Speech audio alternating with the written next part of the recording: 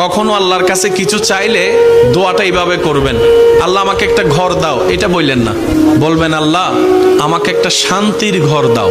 কারণ ঘর পাইলাম যদি শান্তি না থাকে, সে ডুপ্লেক্স বাড়ির দাম কি? কখনো সন্তান চাইবেন না, বলবেন আল্লাহ আমাকে একটা নেককার সন্তান দাও। কখনো চাকরি ব্যবসা খুঁজবেন না, বলবেন আল্লাহ আমাকে হালাল রুজি অর্জনের একটা রাস্তা করে দাও। কারণ আপনার যদি সন্তান সন্ত্রাস হয়ে বসে, বাপদাদা 14 গোষ্ঠীর ইজ্জত, এই সন্তান হওয়ার চাইতো। আমি কি বুঝাতে পারছি কথা? এবার দেখেন আল্লাহ এমন দয়াবান, যারা নামাজ পড়ে তাদেরকেও দেয়, যারা নামাজ পড়ে না তাদেরকেও দেয়। কিন্তু দুই দেওয়ার মধ্যে পার্থক্য আছে। যারা আল্লাহ শুকরিয়া করে তাদেরকে আল্লাহ বাড়িয়ে দেয় এবং পরকালের সওয়াবও দেয়।